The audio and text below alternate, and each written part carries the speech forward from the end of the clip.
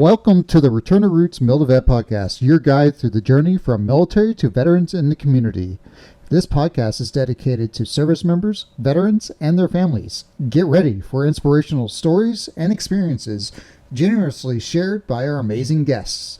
Stand by for the sound of freedom.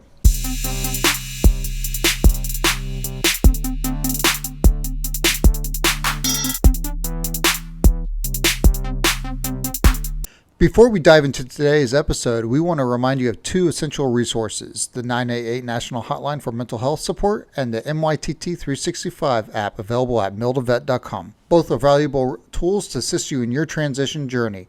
Now let's get to the show. Return to Roots podcast.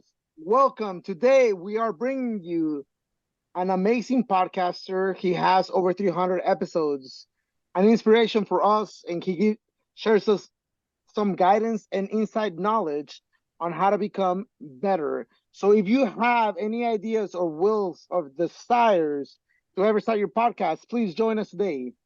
Without further ado, the owner of the Misfit podcast, Rich, welcome to the show. Outstanding. I'm glad to be here with you guys. Chris, Yogi, it's awesome to be here. I'm Rich LaMonica, host of the MisfitNation podcast. I've been doing that since about 2021-ish. It's a pandemic startup, basically. Before that, I served in the Army for 22 years, got out in 2015. Took a whole year to find myself after that. And by find myself, I mean I applied for many jobs, and many people told me I wasn't good enough, or I was asking for too much money when I didn't ask for anything. I never said a word, but I took that on the chin, and after 365 days, I got a job with a nonprofit. The mission continues. They gave me a shot. I worked there for 2 years, and then I got a job back at Fort Campbell teaching soldiers how to deal with emerging threats, which I still do to this day. And in that time, I got my master's degree from Georgetown University, and now I'm going for my doctorate at Liberty. I've published 2 books and started a podcast in the years since then. I just learned how to work my mic today. So, hey, Rich, what got you going into the podcast realm? When did you decide to start doing that? As I was finishing up my master's with Georgetown, I realized I'd have about 8 hours a week that I didn't have accounted to anything. You know, being in service, you always think everything has to be accounted for. So there's 8 hours. I said, what's out there I can do? And I was listening to Joe Rogan stuff. I was listening to Marcus Luttrell. I said, I can probably do a podcast. It can't be that hard. How much is a microphone? How much does it take to record somebody and do that? So I reached out to some of my former soldiers. I said, is it all right if I use our name, Burl Platoon, the Misfits, and call it the MisfitNation? They said, yeah, that'd be awesome. And then I said, since you said it's awesome, you're going to be my first guest on here. So I brought them on. I brought other veterans on. My first about 12 shows with all veterans, just to hear their stories and say, hey, I'm alive. This is getting off my chest. I'll still be with you tomorrow. So that deals with that 22 number now, or 44 number, depending on what statistics you look at. It's probably closer to the 44 number that we lose a day based on statistics. And if they get the story off their chest, they're going to breathe a little easier and they'll be able to stay with us. I was like, awesome, it's working. And then they said, you know what? We need other things. We need experts to tell us how to write books, how to start a business, how to be an entrepreneur, how to transition successfully, how to get to Hollywood. That's the direct challenge accepted. So I started reaching out to people, and all of a sudden they started coming to me. And now 300-something episodes later, it's just still rolling. It's awesome. So with that inspiration, how have you kept on going since the beginning? That's a great question. And we talked about it a little bit before in the green room. It's just the inspiring stories, but even with that many episodes and that many guests, and that, there's going to be a lot of crossover between them, that they do the same thing, but their journey and how they got to that same thing. They might have been from a family that was abusive, or a family that was addicted to something, and they had to fight their way through it to become a resilient person, or to change their mindset from everything we do in life is going to be bad to all of a sudden everything can be good, and have that positive forward-facing mindset. So all those different stories merged together from way different backgrounds. It's awesome to have a different person every day. It's not like we talked earlier. It's not like getting up every morning, drinking a Rip It and repeating every day the same way. It's different every time. Bro, you just said Rip Its, man. I used to smuggle those things in my cargo pockets right out of the defect. Heck yeah. Purple Rip, it's best ones. Oh yeah, man. So I love the name, man. Misfit Nation. That's pretty epic, dude. I've listened to a couple of your episodes. You got some really, really high caliber guests that come onto your show. So that's badass, man. Um, how did you like how did you like go about creating your podcast? Was it like, I just want to hang out with like-minded brothers, or was it like it just made sense to me, or this is really going to help me digest my own stuff? What was it? I think it was more of I had just come out of the veteran nonprofit sphere, and I was out of that about a year and a half at that point, and I had seen so many of our brothers and sisters when I was in that sphere struggling, and I knew that if I can get them on here in front of a microphone and talking, that would help them a lot more. Because veterans love to talk, and especially amongst other veterans, they'll talk all day long. They don't even have to be drinking; they can talk all day long and be like they've met you for 30 years. You know them. It's not like being at the VFW in the old days with smoking and dollar beers. You can just sit there and chat all day long and laughing like you were with each other the whole time. So that was the motivation behind it, and then it just evolved from there. With all this experience, all this knowledge, what advice would you give someone like us that we're just started, yesterday? And how can we bring value to our audience and fellow service members and veterans? Well, with your goal of dealing with transition's a huge subject in the community, since a lot of people have struggled with it. Like my own journey was not a success right off the bat. I had to strike out a few times before I was able to hit a couple bunts and then hit a home run with my last job. But you have to stay focused, and with what you're doing, stay focused on that mission and talk. Just have people come and talk and evolve with technology. Of course, technology is going to be the big crippler. I used to use Zoom myself, and I had to move away from it because it started to look like a kung fu movie. My lips would move, and then the voice would be over here somewhere. So I had to move away from that. So I didn't want to keep that. So I moved to StreamYard, which is a little better platform. You can do a lot more with it. I suggest you guys to check it out just to see if you guys like that a little better. See, it's funny. We've been around since February, and I've already helped a couple people through their own podcasts. And I told them, like, Zoom is like the evil Yes. Yes. It definitely is. It's the evil. So I'm going to tell you, until you get everything else figured out, use the most simplest thing for you, and then incrementally increase and improve on things. You said it, man. Like, just finding something that you could really speak on and constantly speak on, and that excitement that you get, man. Like it's crazy how much I'm still excited to do these. Like, right. Somebody could be like, "Oh man, you had to record, 4 hours that day." I'm like, "Hell yeah, I got 4 hours of great conversations." I don't drink, man, so I guess this is my my VFW days, This is my rush. Yeah.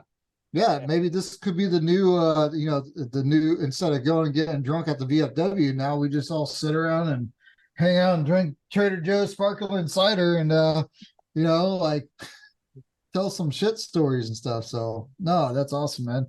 So high quality H2O. Yeah. I mean, I wish I could sponsor Trader Joe's. I really, I feel, oh man, when I started saying I love Trader Joe's, I'm like, man, I'm one of those weirdos now. You got to turn the can the right way when you're doing it, though, so they can see it. Hold on.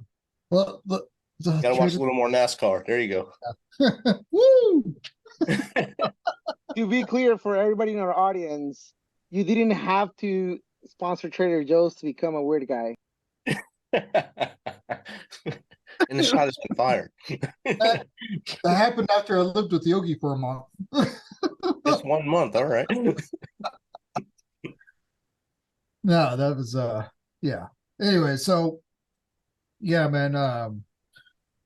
The comment of the VFW days. It's not like that, man. You're lucky if you have a VFW that's like that. I just drove by one.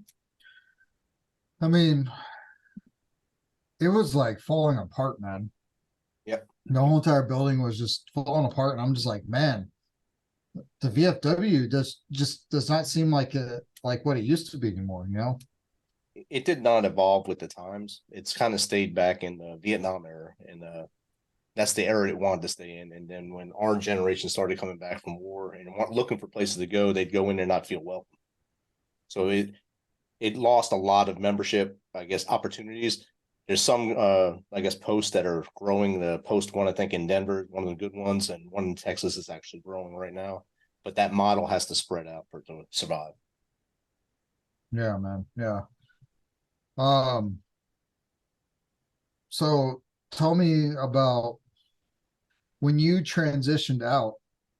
What was it? Was it just kind of like you came up to higher tenure, or were you planning it out? Like, what was your transition like? I always planned to stay in until the year my daughter graduated high school. So it was 22 years in the Army. So I finally graduated college that January, and then I retired in June. She graduated end of May. So it was perfect timing, 22 years, and she was out of high school, so I didn't have to worry about any of that. I just gave her my GI Bill to go to college at that point. So it was always planned to do that. I retired basically out of Maryland, but they gave me a 2-day PCS back to Fort Campbell, Kentucky to officially retire. So I got my final move. Still in the bank now if I want to use it. Yeah, that final move process, I'm still in it, and um, I'm like, should we cash it now or should we use it now? It's like, man, because you have a year to use it, You can keep and extending it. you can. Okay, so You just got to write a letter. I mean, it's just like, when do you use it?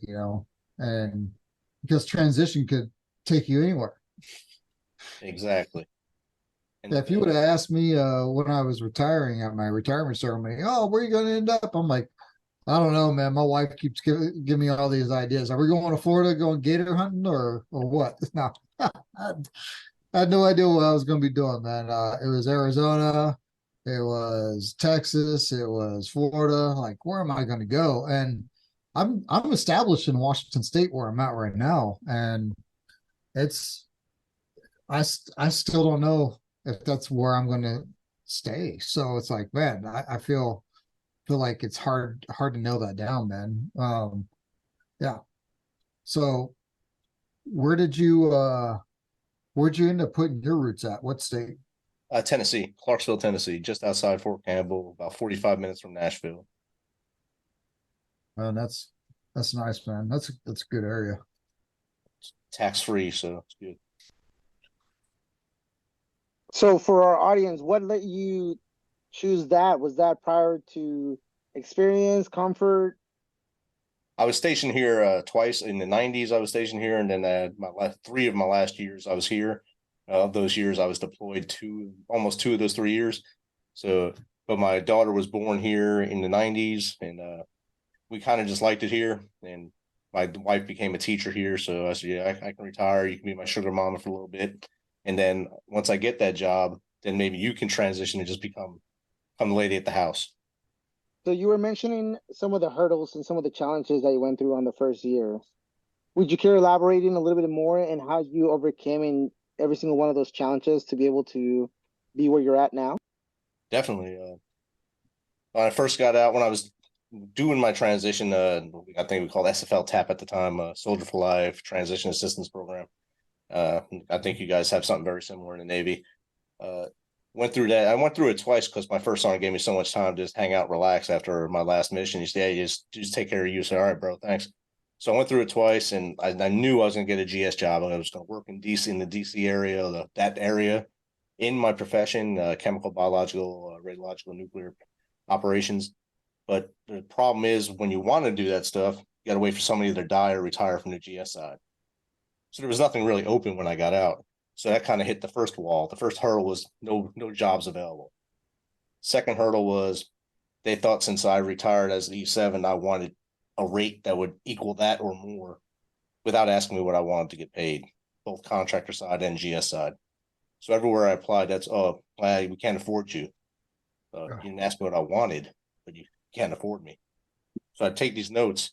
They're not even asking me these questions, but they're discounting me already. I say, cool. And then I applied for this thing with the Chris Kyle Frog Foundation for a spouse retreat with me and my wife just to get away. They sent us to Destin for a weekend, all expense paid. And I met with one of their leaders, Michelle Beer, and she said, "You just looking for a job?" I said, "Hell yeah, I'm looking for a job." She wants me out of the house now. And she said, "Well, I got this thing. The mission continues is always looking for people." So I went there and I got a fellowship. With the fellowship, it got me out of the house. I volunteered at the Red Cross for about 700 hours over 5 months. And in that time, a paying position opened at the mission continues, but I would have to move to St. Louis. So I had to make that decision as well.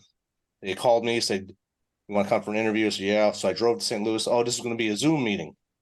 I said, "Well, I'm here now, so let's do the interview here." So I did the interview there. I drove back. They gave me another interview, and then they offered me the job. So I went and did a Geo Bachelor for a year out there, and then worked from Tennessee for the same job for a year. But the lesson learned there was, I guess, slow and steady wins the race. I waited it out. That my old first sergeant was in the position with the company we're with now. And he kept saying, "Yeah, there's openings," but they kept hiring within. And then finally he had the ability to hire. And he said, "This one's yours if you want it." I said, "I'll take it as long as it's real." And I interviewed. I got on a plane to Georgia to go watch Georgia play. I forget who they were playing that month in football. As soon as I landed, they were playing Austin P actually from here. And he said, "Hey, you got the job. How much you want to get paid?" So I said, "Just give me fair market value." And it's been great ever since. Yeah, that's awesome, man. I'm only a couple months out, and I didn't really want to work for anyone else, so I was like, no. Got offered, some people I know offered to bring me on over at Boeing, and I don't want to see another aircraft unless I hop on one and that's first class, flying to go egg Yogi's house one day. Anyways, I completely understand that. One of the things that like kind of irks me, man, do you remember going through TAPS? You talked about Soldier for Life twice, right? Yeah. Bro, how much information did they throw at you in this couple days? Useful information. There's probably a lot they throw at you, but you can't absorb it because it's coming at you so fast. It's these quick briefs. This dude comes in, it's like a machine gun blast, and then you're supposed to understand everything. I mean, I was a senior guy. There was younger soldiers in there. Like, what they say, Sarnas? I have no idea. So let's go get some Chinese food. Maybe we'll figure it out and go eat. And we didn't figure it out, so we were all wound up pretty messed up. Hey, you just check the cookie fortune on that, man, and it'll tell you what you're gonna do next. Oh man, bro, and they give you this little form that you're supposed to fill out or keep track of all your stuff. Remember that little checklist? So I'm kind of leading to an organization, and when people look at this QRL code that's going to be right here, let me get a little bit better.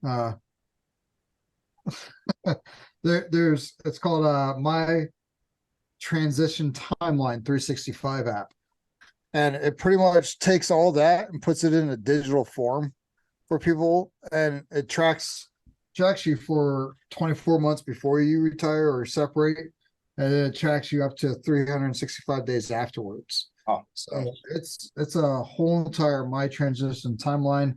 It literally, like, I'm at 91%. And it tells me I've been out of the military for 84 days. And then it also has a section in here where my wife could also have a login and keep checking on me, because the admiral's always got the final say. Yes. So it's even got a spouse checklist on here for them to do, because there's resources. Like, how many times have you found yourself in a situation while you're transitioning and you're like, well, I guess I wish I would have known about that a little bit sooner because I missed out on something. And it's like that with so many things. It's almost like it's purposely destructive, man, because we say these service members are supposed to be going to these transition assistant classes before they get to their year mark.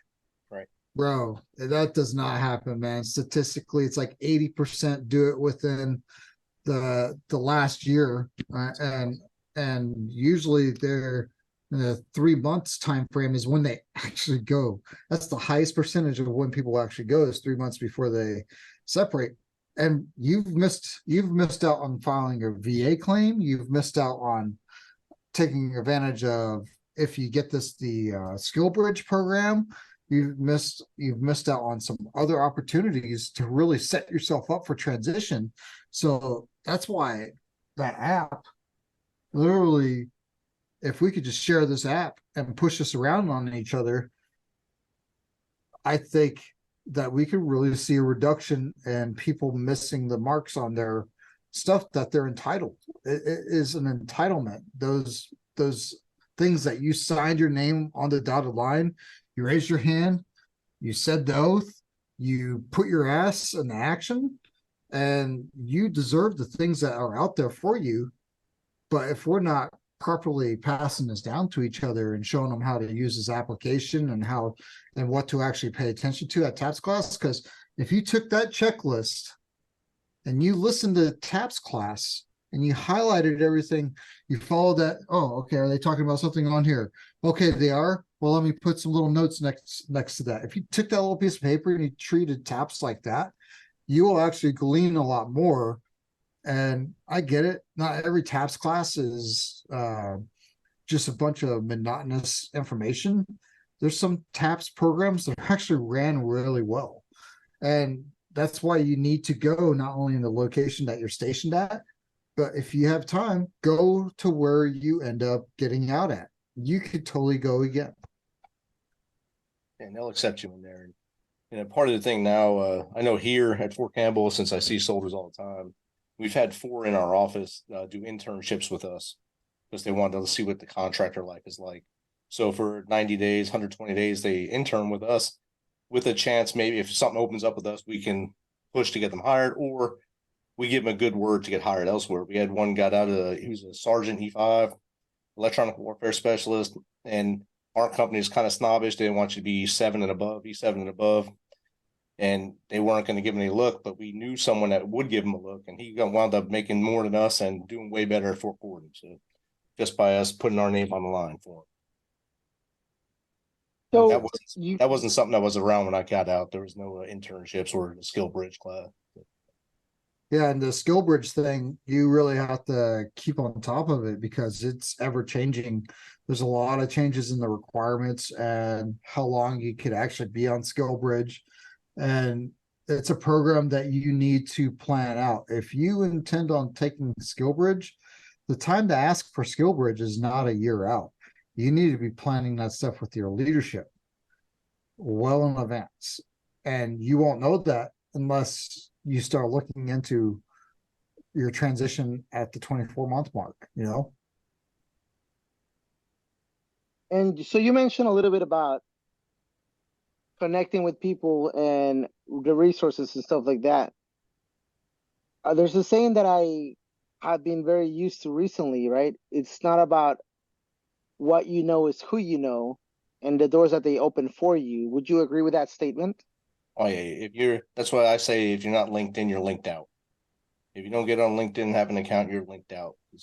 There's people on LinkedIn that you don't know to help you, but they'll see that you're a military, like you guys Navy. Oh, I was Navy. I can help these two do this, and he looks like he's done this. Let me put him under my wing and see if I can get him in my company. Like you said, you didn't want to work for Boeing, but Boeing has an awesome veterans program. Lockheed Martin has an awesome veterans program, and they'll take you in and they'll teach you stuff and keep you in there as long as possible. How would you say, or what's the most important way to connect to people, especially for some of our audience are very young and they don't have or haven't had the need to be exposed to what LinkedIn is, right? They think that it's just another Facebook with a whole bunch of other different, or like an Instagram, right? Yeah. How would you describe it to them, or what would you say it's a better or a reason for them to connect that way versus Facebook? Well, LinkedIn has a lot more opportunities for you than Facebook. Facebook has a lot more opportunities for you to fail or have a miserable life. It depends on how you want to do things. But there are ways to get jobs on Facebook. It's called OnlyFans, I think, is the way you go from there. But LinkedIn, Hey, Yogi smashed on OnlyFans. hashtag great. Hey, Hashtag, it's stop hashtag. passing my handle name through this podcast. That's for a different podcast, okay? That's for the Wednesday show. It's called Hump Day for a reason. Exactly. That's the show we throw dollar bills at him to put all of his clothes back on. Please.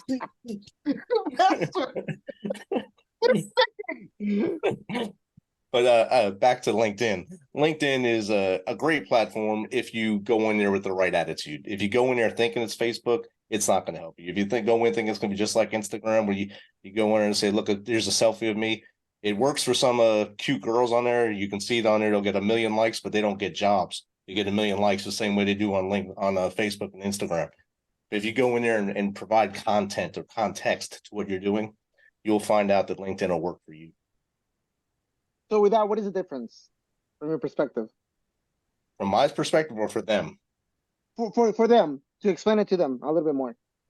For them, I'd say that they got to think of Facebook and Instagram as high school, and then LinkedIn as your master's degree and above, because there's a space in there where you're still messing around trying to figure out who you are, and that could be Twitter, I guess, in between. That'll be the Twitter bridge in there, or X. That's your Twitter bridge, and then LinkedIn's there. Twitter is also a good place to connect with people because you don't have to say much. You can just put the looking for job in X, and someone will see that with the hashtag and hunt you down. It might not be the job you want, but it'll be a job at some point. But on LinkedIn, you can do that same thing. Look under the jobs that are listed and maybe connect with the person that's actually the hiring manager and start talking to them and get that mentorship and find out where you fit in at that point.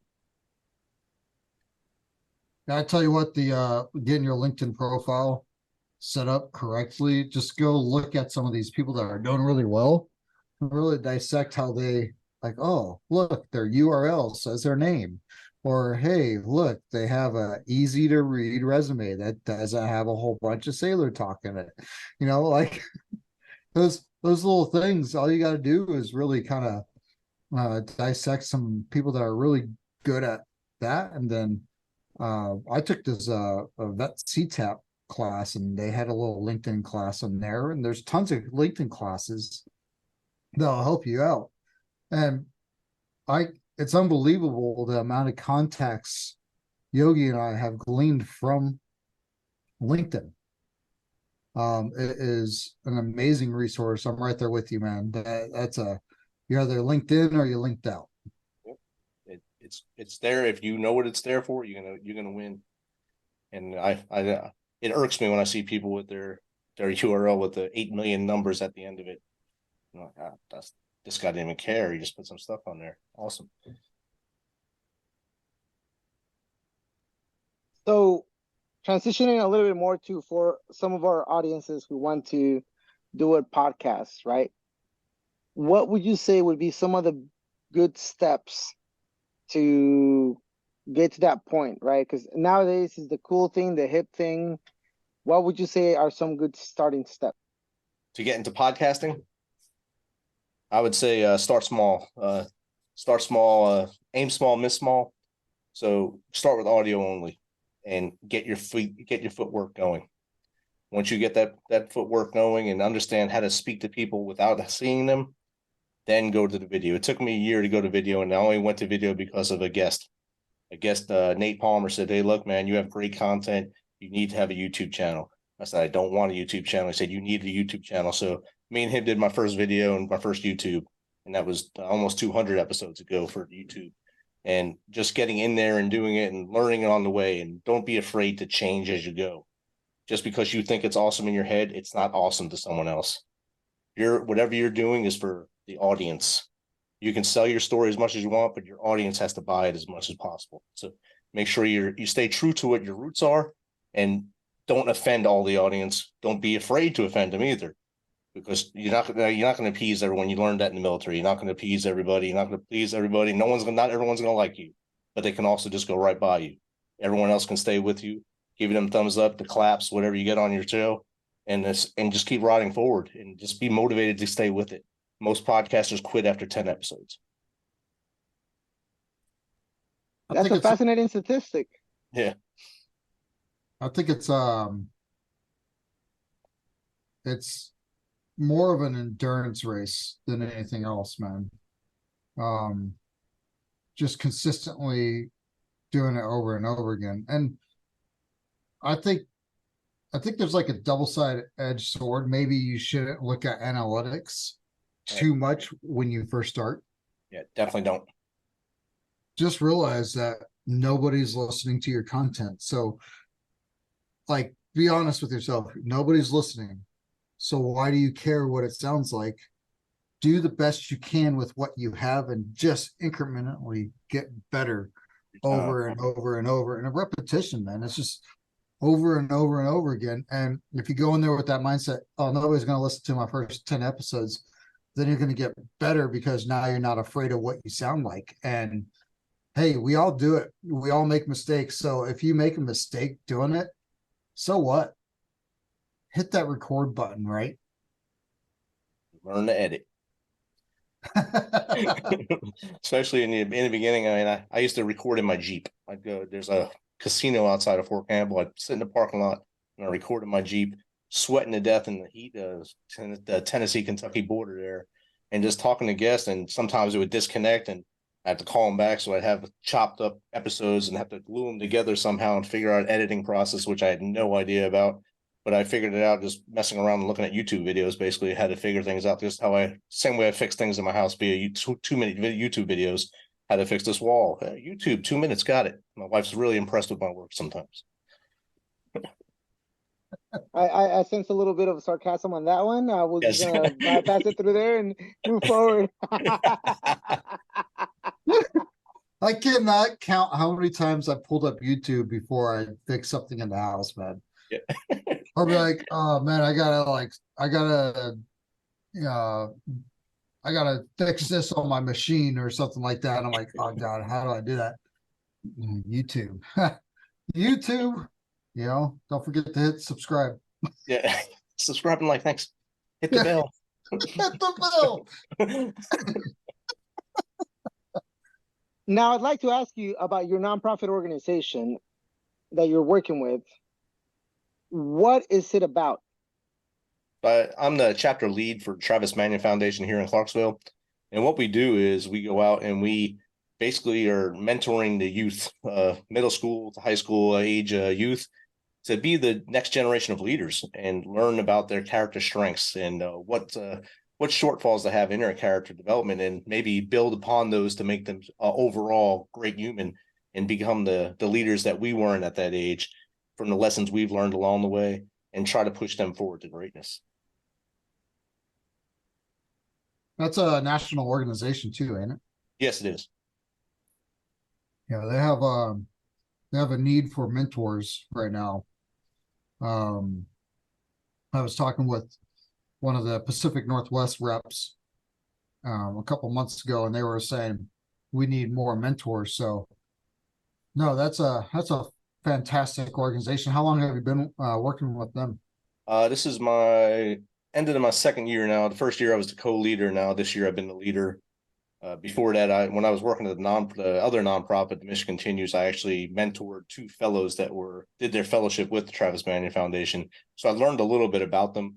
And then when I started doing this, they actually had one of my fellows as their icon, Earl Lundy. I said, I was his mentor. I was his mentor when he was going through your program. Now he's your icon. Awesome. So the whole thing went big loop, but they do great things for communities and veterans. They let veterans get out there and basically show their strengths, and first responders as well. Now, you're doing the things for the veterans, you're doing the things for the children. What else do you help out with? I'm in the Jeep crew here. So a lot of people this is going to shock you, I know, but a lot of people in the South can't drive when there's bad weather, like snow, when we have a ½ inch of snow and stuff like that. So having a winch on a Jeep and 4-wheel drive will help you get 1,000 saves in a snowstorm. So we usually go out and help people and try to learn them how to drive a little bit and teach them to maybe stay home the next time instead of trying to go get McDonald's or Whataburger or wherever they're going to try to get here. And that way we don't have to go out and risk ourselves. But that's a fun thing we do. We also we kind of donate a lot of stuff to charity here, so clothing and the local food banks and stuff like that.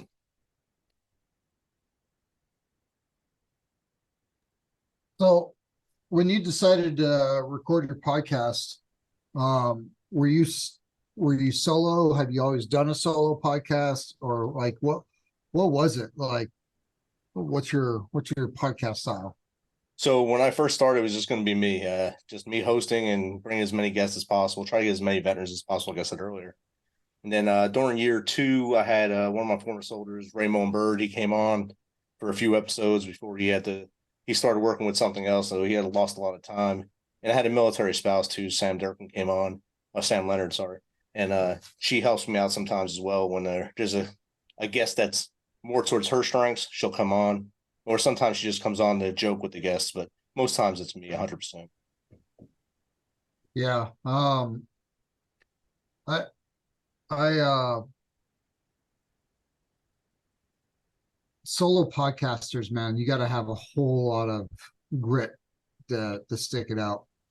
And to be where you're at now, that you brought on some really great team members. Did you find that working with others like really helped you out? I think when they come on, it actually eases the burden a little bit for me. Like you guys can tag team here a little bit and play off your strengths and weaknesses and know who's because you guys are comfortable with each other. You know who's going to ask what or how you're going to ask it. So it's a lot better. So like when Raymond was on, we were in combat together, so we know what each other's going to do. So when he was talking, I'm just taking notes, and I can play with the soundboard. I can hit the applause button. I can put music on and stuff like that. But if I'm by myself, it's either me talking and trying to reach for something, maybe ring a bell or something like that, or it's just me and trying to get them off, just to give them the full screen so I can cough or drink something without them seeing me and let them have the whole mojo. But I think with the team, it's a lot better. And is that something you want to build on to have a dedicated team, or?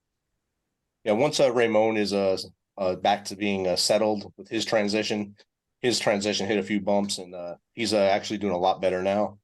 And he hit a brick wall pretty much, and he found a good group in South Carolina or North Carolina, I'm sorry, that's really helped him out. He's really changed his ways, and he's doing great things for God and country now. And he's probably going to come back here to the show probably in the next 3 months.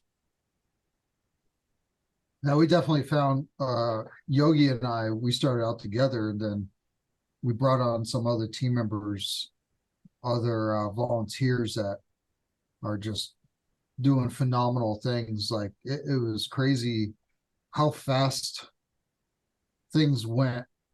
Um, not I'm not saying viral, but just feeling like there was more of an impact, because then it was not just Yogi and I working on it, but it was a team of multiple volunteers helping us out. And it's been kind of an amazing roller coaster ride. So no, thank you for sharing that you think that it's better as a team. I have But two behind the scene guys too that are every one of my live shows they're on. They're in the comments. They're there hanging out, loitering. And Jake, my resident redneck, and then my brother, I call him like my YouTube consigliere. So he's in there just to boot people out of YouTube if they're just saying stupid stuff. But they also keep the comments going, so I don't have to keep going in there. They both stay in there and hang out, and if no one's asking questions, they'll come up with awesome questions for the guests as well. So do you do a lot of YouTube live kind of stuff? 3 a week, so Sunday, Tuesday, and Thursday. Oh wow! So that has to be very strainful for you. Yeah, doing that and then my dissertation in between there, so it's a lot of fun. Why did you choose to do 3 a week or commit to 3 a week? When I got picked up by the radio station in Denver, Baltface Radio, they asked me what slots I wanted. I wanted Monday, Wednesday, Friday, but their senior people had those days, so I said I'll take Sunday, Tuesday, Thursday, and I can do 3. I was already recording twice a week anyway, and sometimes in those 2 days I was recording 4 or 5 a day. So now I'm just doing 1 hour on Sunday, 1 hour on Tuesday, 1 hour on Thursday. So at 7 p.m. Central Time, so it's good. And how did you get picked up by them? Did you do anything special? Did they just listen to you, or how did that work out? They reached out to me on the Facebook, of course, one of those podcast platforms on their podcast groups, and it was at that time I think it was something MBR radio, military broadcast radio, and then that kind of went into a spiral, like a High School Musical kind of drama and stuff, and About Face Radio came up out of it like Rose from the Ashes, and they asked me to come on with them. I said, yeah, I'll do it, and so I've been on with them probably now almost 2 years. I bet you that really helped you out, getting your whole entire podcast and platform out there. Oh yeah, and now because that they hit that because that's internet radio, so it's some nights 3,000 people are listening at one time on the radio. So whoever's on before me, if they pump them up, they stay on. But if it's someone that's kind of killing them, it's a little harder, but they're still there, and I get feedback from them all the time, so it really helps out a lot. My Thursday show is right after a Navy veteran as well. And he's an atom bomb. He has basically an atom bomb explosion is his icon. And he's in Tennessee too, so I always say, oh yeah, I just seen him walk out the studio, but we're nowhere near each other. I've never even met him, but it's just cool to make like you're there and everyone thinks you're there, so it's cool. Oh man, that's funny. Did you always want to be in broadcasting, or what was it that got you kind of like, I really like doing this? I guess in my post high school days, I DJ'd for about 3 years. So I did DJing at parties and college dances and stuff. So I kind of liked that a lot, and I was able to mix a lot of music. So I figured I'd do this and do music, but I didn't think it would be evolved as much. Back then, I was the 80s and 90s, so I didn't think this would be the world we're in now. I knew it'd be some tech, but I didn't think it'd be so advanced where I can just buy a microphone and bam, I'm on the air. I'm on the air talking to you guys across the country, and we're acting like we've been with each other for years. So this is amazing. Yeah. So you have this experience, you have the nonprofit, you have the radio podcast. What's next? Let's see. I'm writing my third book now.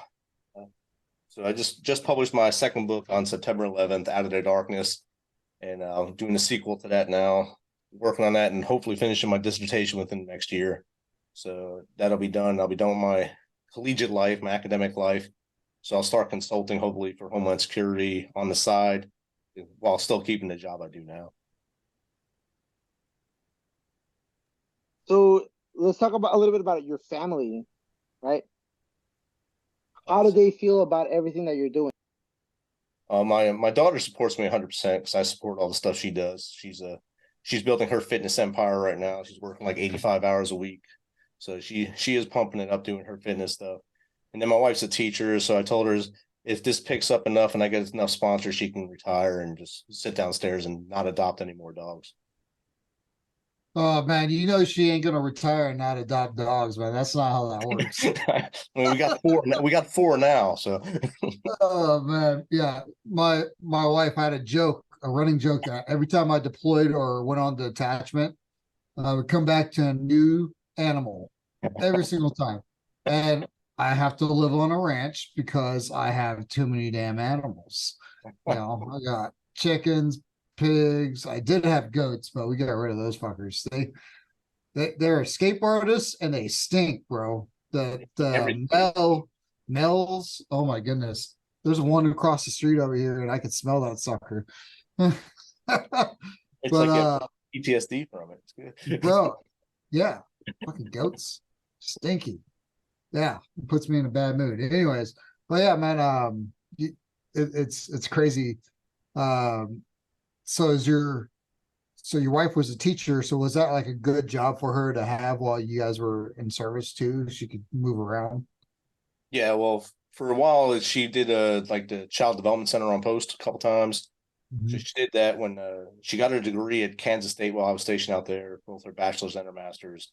Started teaching in Kansas. She taught there at the high school in Junction City for 5 years. Then I was stationed in Alabama, but Alabama wouldn't hire her for the same reason I couldn't get hired on transition, because they thought they'd have to pay her double the money because she was experienced. So she took the job at the Child Development Center. Then we went to Korea. She came with me. She took Child Development Center again as the assistant director. Then we got to Tennessee. She was doing like a teacher's aide. She did a substitute, and one of the principals finally said, "Look, you're way overqualified to be a substitute.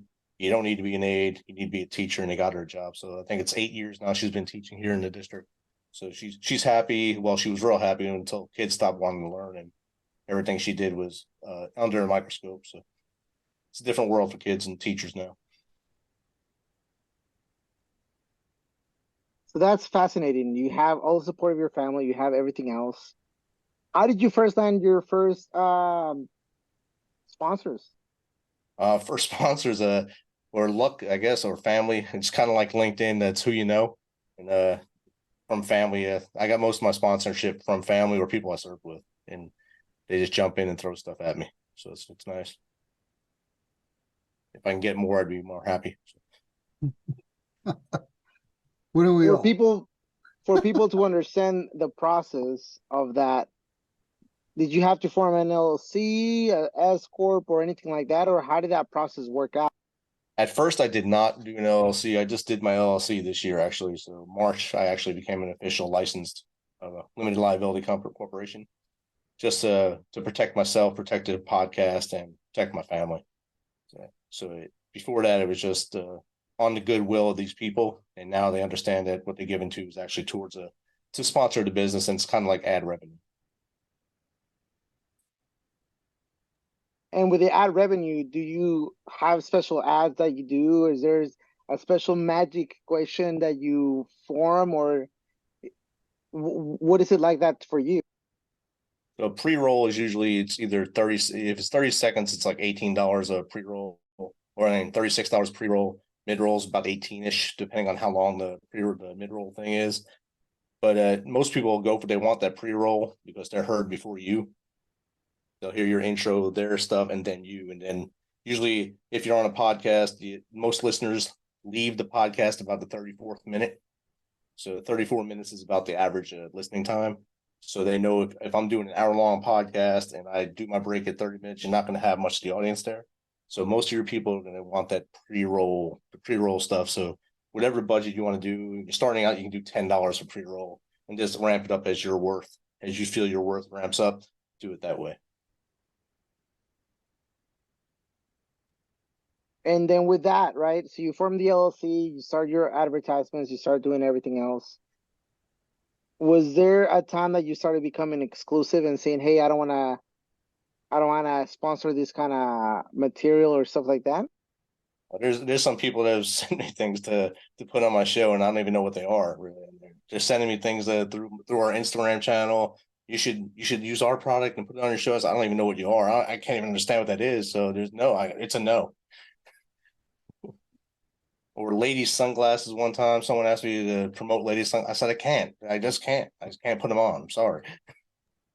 You don't cross dress on the weekends?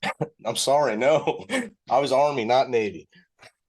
Whoa, easy. That's only for the Hey, subs. it's I'm all just right. kidding. I'm It's just all kidding. right. I'm sure if Tampax gave you a sponsorship, you'd hop all over that. Like, yeah, I'll take the Tampax. Yeah, we just carry those in our kits. Does stop bleeding. Yeah.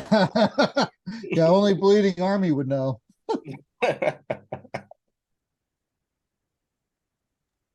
No, so that's pretty cool. Hearing that experience, hearing your transition and your journey, and then the support of your family.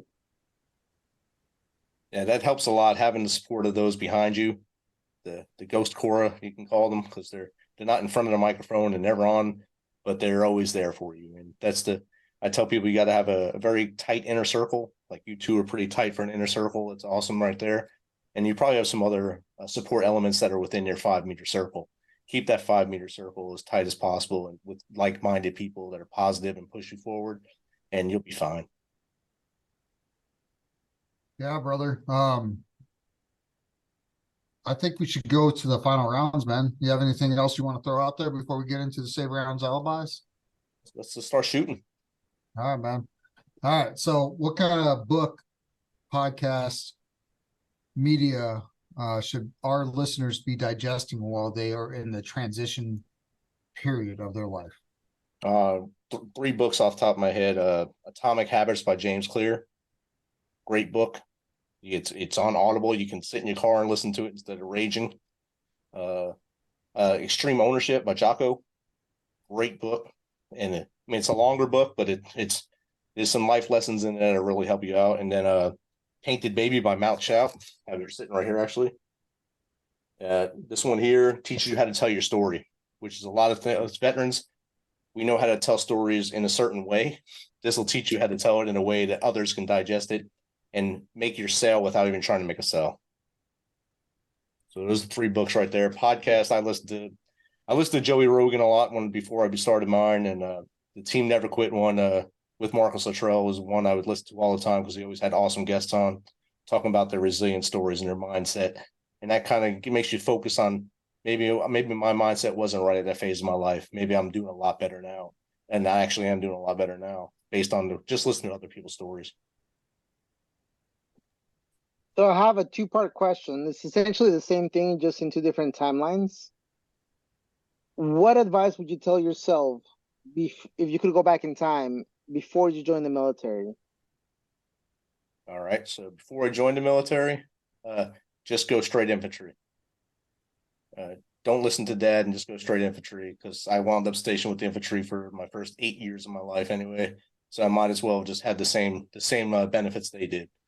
So that would have been great. And understand when you go in the military, you know nothing. You're nothing. You know nothing. Learn as you go. Don't be a big pig head when you go in, and you'll be a lot better off. And now that you have some time under your belt as transitioned, right? If you could go back in time, how far back would you go and tell yourself, hey, this is some advice for your transition? And what advice would that be? I think I'd go back to probably my 15th year and start to plan a lot better then, and not just rest on the laurels that everyone else I knew got out and got a job. And it worked for everyone else. It'll work for me doing the same thing they did, because in that time, things evolved.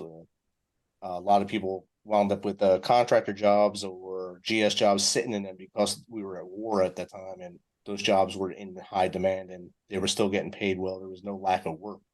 So you have to understand what's available when you get, if you got to look forward to get out. So I think those last 7 years, I could have been way more focused on me instead of focusing on solely on the development of all my guys and gals.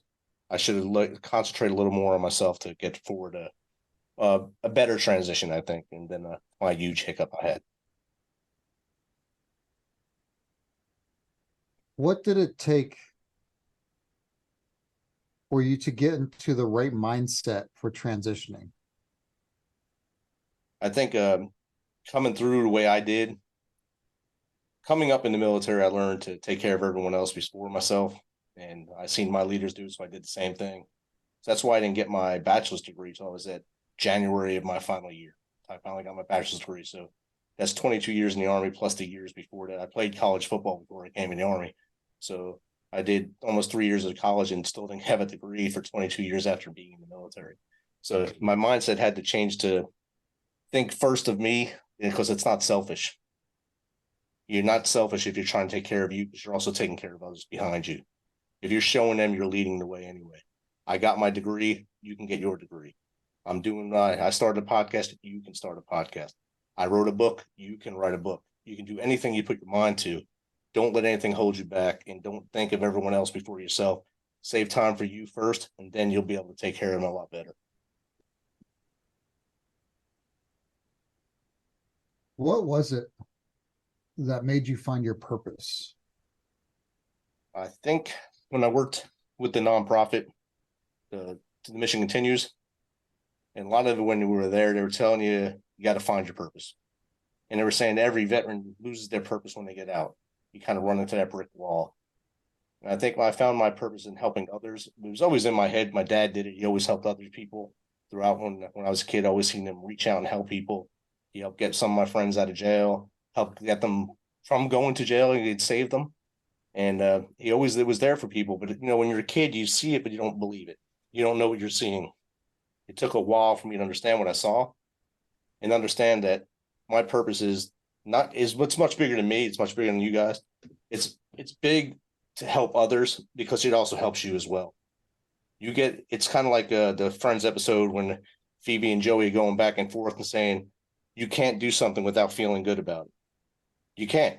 Because if you're doing something you love and you're passionate about and you found your purpose, you will feel good and you'll be able to sleep better at night. How can our audience and aspiring YouTubers, LinkedIners, TikTokers, whatever occurs, get a hold of you and learn from you? I think the easiest way is to go to our website at themisfitnation.com. It's THE misfitnation, one word.com. All our contact stuff's on there. All our shows are on there, both audio and video. You can also buy both of our books on there. Our newest one, Out of the Darkness, right here, or 13-Step Guides to Success, right here. Both are on there. And of course, we have some pretty cool merch with nine-line apparel on there as well.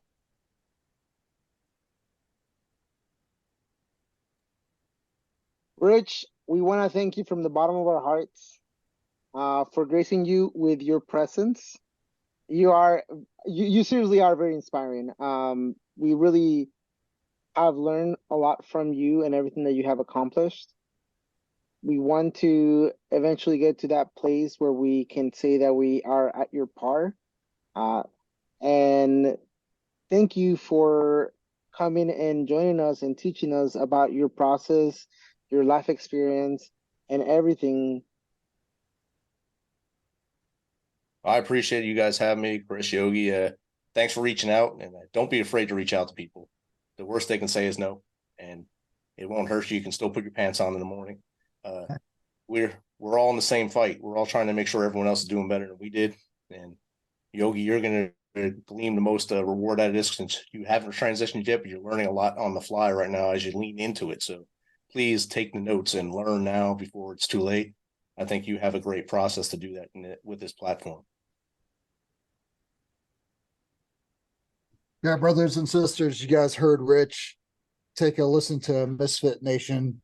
Rich has passed down some great tips and tidbits on how to get through on podcasting and how to get started in things. And most importantly, he talked about LinkedIn, the power of how it can amplify what you do. LinkedIn isn't going to help you get a job, but what it'll do is it'll put you in front of people and people will see you. It's an amplification of yourself. So do the best you can with that tool. We talked about my transition timeline 365 app. Please download that app. Chris and Yogi are not getting rich off of this app. It's literally a tool that we found that is really helping out our community. Take a look at it. It's going to help you in your transition. Speaking of transitions, it's not all rainbows and unicorns out there, ladies and gentlemen. It's your transition. Take charge of it. Mil2Vet out. I don't like it. 5, 4, 3, 2, 1. Return to roots.